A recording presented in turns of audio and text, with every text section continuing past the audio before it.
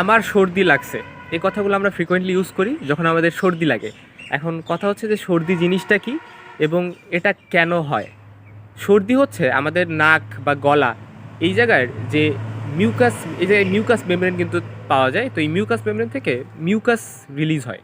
তো এই মিউকাস বা শ্লেষ্মা যেটা, এই মিউকাসটা রিলিজ হয় নর্মাল একটা অ্যামাউন্টে, কিন্তু যখন বিভিন্ন ভাইরাল ইনফেকশন হয়, যেমন আমি ধরলাম রাইনো ভাইরাস দ্বারা ইনফেকশন হয়েছে, আর কেউ হয়তো বা হাসি কাশি দিছে, সেগুলো আমার মধ্যে ঢুকছে, অথবা কেউ একটা জায়গায় ধরছে, একটা কিবোর্ড ধরছে, আমি ওই কিবোর্ড ধরে আবার নাকে মুখে হাত দিছি, সো ওই ভাইরাসটা আমার মধ্যে ঢুকছে। ফলে ওই যে মিউকাসটা রিলিজ হইতো, মিউকাস মেমব্রেন থেকে ডাক, গলা এই সকল জায়গার ওই মিউকাসটা বেশি রিলিজ হবে।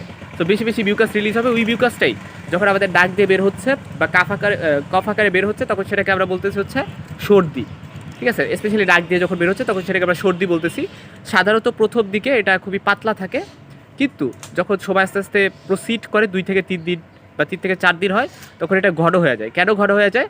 কারণ এটা যেহেতু সাধারণত ভাইরাল আক্রমণে হয়, তো ওই ভাইরাসের বিরুদ্ধে বডির যে ইমিউন সিস্টেম, যে বিভিন্ন সেলস আছে, এগুলো যখন ওইটাকে অ্যাটাক করে ভাইরাসগুলোকে, তখন ওই অ্যাটাকের কারণে ওই ভাইরাস সেল, মানে ওই ইমিউন সিস্টেমের যে সেলগুলো ভাইরাসকে অ্যাটাক করে ওটাকে বাড়ার ট্রাই করে, ওই টাইমে দেখা যায় যে এইগুলার মিক্সচারে এটা ঘন হয়ে যায়। ঠিক আছে, তো তখন আমরা সর্দিটাকে ঘন বলি। ঠিক আছে, ব্যাকটেরিয়াল সর্দিও হইতে পারে, অর্থাৎ ব্যাকটেরিয়াল কারণেও সর্দি হইতে পারে। তবে সেক্ষেত্রে দেখা যায় যে সর্দিটা বের হয় সেটার কালার সবুজ বা হচ্ছে গিয়ে বেশি হলদে এরকম হয়ে গেছে, এবং কিছুটা গ্রিনিশ ভাবও আসতে পারে, এবং সেটা দুর্গন্ধযুক্ত হবে সর্দিটা। হ্যাঁ, তো সাধারণত ভাইরাল সর্দি হয়, অর্থাৎ ভাইরাসের আক্রমণেই মেনলি সর্দি ঠান্ডা এগুলো লাগে বেশিরভাগ ক্ষেত্রে।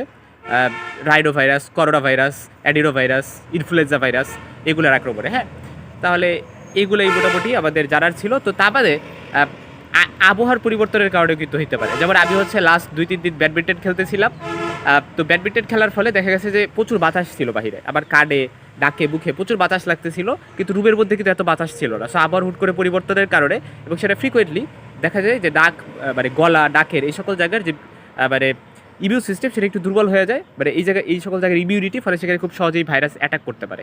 ঠিক আছে, এবং খুব সহজেই সর্দি ঠান্ডা কাশি এগুলো লাগতে পারে।